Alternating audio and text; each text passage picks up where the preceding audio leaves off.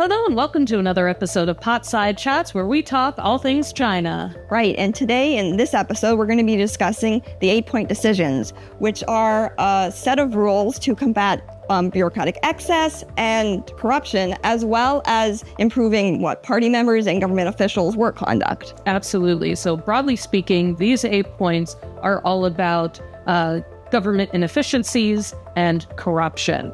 Being efficient and respecting people's time. So keeping meetings, reports, documentations brief, substantive, and to the point. Indeed, investigation and research. That means actually getting out of the office and meeting your constituents and experts. We actually did an episode about this on Potside Chat, so you can watch on our channel. Yes, please do.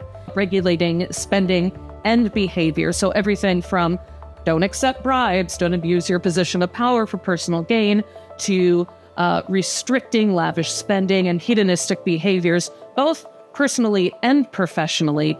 They also touch on maintaining modest behavior as a Chinese official when you're traveling abroad for work. Yes, so gone are the days to expect a parade when you go abroad for business. Gone are the days. Right, exactly. Not anymore. Well, the 8-point decisions are really important, so much so that the CPC in March rolled out a 4-month-long party-wide review and study of them to help party officials look at their own conduct. Yes. Yeah. Which is why we're talking about it now. Right. According to data released by the Central Commission for Discipline Inspection, China's top watchdog agency, in the first 4 months of 2025, there were over 63,000 violations investigated. Wow. Crazy. Well, I wonder, in a historical content, where this all sort of falls. Because thinking back to 1949, when the PRC was founded, there must have been some sort of socio-political turmoil. And so at that point, the Communist Party of China was a revolutionary movement, and they became the ruling party of a sovereign state. So there needed to be some sort of rules implemented to help with conduct and behavior. Right. So I'm sure that the 8-point rules aren't the first. Yes. But yeah. They evolved over the years into what we know today. They were established back in 2012, and they're been revised periodically, but holding for the most part to those original 2012 8 points. And to round out our historical understanding, we had a lovely sit-down chat with an expert in this field. Could you please first briefly explain the background of the Central 8-Point Decisions educational campaign? 在党的18大闭幕不到1个月的时间，总书记呢亲自主持制定了中央第一部党内法规，就是中央8项规定。这是我们改进工作作风的第一步啊。通过以上率下的方式，产生了强大的示范效应。从中央8项规定开局破题呢，其实是带动了我们整个的党风政风的转变，而党风政风的转变呢，其实也带来了社风民风的好转。也就是说，8项规定改变了中国。过去11年间，我们看到婚宴上的山珍海味逐渐被光盘行动所取代，天价烟酒也悄然退场。这些都是我们党的18大以来贯彻中央8项规定精神的生动的见证。只要权力监督制约的机制还有不完善的地方，只要还有盲点、漏点，那么滋生腐败的土壤和条件就会仍然存在。那么我们反腐败就必须一直持续不懈地开展。我们普通老百姓感觉到腐败案件的数量居高不下呢，也是因为我们目前的曝光处理的力度比较大。我们通过公开曝光大量的腐败案件，起到了警示、教育、威慑其他的党员干部的作用。所以我们对于反腐败斗争仍然要保持坚韧不拔的决心和信心，持之以恒的把反腐败斗争、把自我革命进行下去。Fascinating, very insightful interview, wasn't it? Yeah, right. It was interesting. And I guess then also in modern context, thinking of now and the administration that's in power now, they're really working on rooting out and remedying corruption. And what makes this era really unique, I think, is just both the scale of it and then also the visibility of all the disciplinary actions. Yeah, absolutely.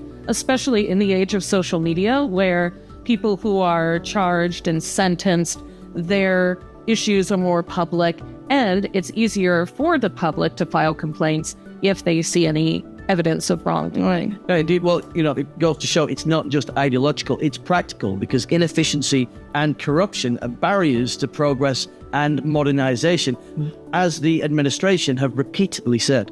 And I think everybody likes to see a bad faith actor get their comeuppance. So with that in mind, let's look at some recent examples of officials who have violated the 8-point disciplines. True crime time. Get your popcorn.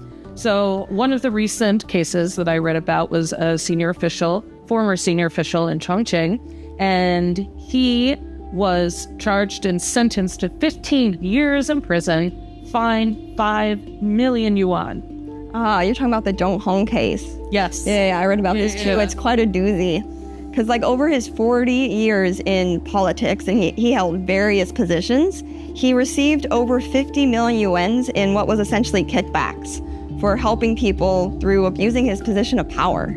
Yeah, that's crazy. 50 million, 5 million in restitution seems like a drop in the bucket, but I think maybe 15 years in prison, especially at his age, probably balances that. He was even using public funds post-retirement to pay for food deliveries to expensive hotels in his family. That's crazy. Speaking of culinary excess, though, this was the wildest story that so we had to include it. There were a group of officials having a working dinner. They were drinking baijiu, which is very common, in Chinese culture. Usually done very responsibly, but in this case, not. To the point where one of their colleagues died of alcohol consumption, overconsumption. Now, they didn't take their colleague to the hospital. They didn't report his death, and they wanted to cover up their own bad behavior, this excessive drinking, to the point that they tried to bribe to pay off the deceased family to keep them quiet about the issue. And right. It was wild. It is wild. And the irony of all of that is that meeting was set to specifically talk about the implementation of the 8-point disciplines. Tragic. Oh, that is insane. Ridiculous. If you look at the 8-point disciplines, and you were holding this standard up to the governance in your own country, how do you think it would fare? Would it pass muster? Indeed. Well, actually, this whole topic reminds me of a story in the UK press about our Prime Minister, Keir Starmer, who accepted tickets to a Taylor Swift concert. And there was a really big public and media backlash to that story. Absolutely. But in America, we do everything better. We don't accept just concert tickets. We accept jet planes from foreign countries who are not always our friend. So there. And so how do you go about enforcing rules of correct conduct that also maintain public trust? I don't know. It's a tricky one for us right now. It is, for sure. Because, contrasting this with if in China, if this was to happen here, well, first off, it wouldn't happen here because government officials, even the smallest little error or something, they'd get some sort of repercussions for it. Because they take it very seriously because somebody being tarnished like that in public also tarnishes the party image. Right. And we're not having any of that. So there would be swift and immediate consequences. Right, exactly, because it was said that the 8-point decisions are going to bring down tigers and flies, meaning high-ranking and low-ranking officials. Right. So everyone should be accounted for. Yeah. Indeed. Well, I think we've covered it. So thank you for watching this episode of Potside Chats. If you've got any comments, then please put them below, and we'll see you next time. Cheers. Bye. Bye.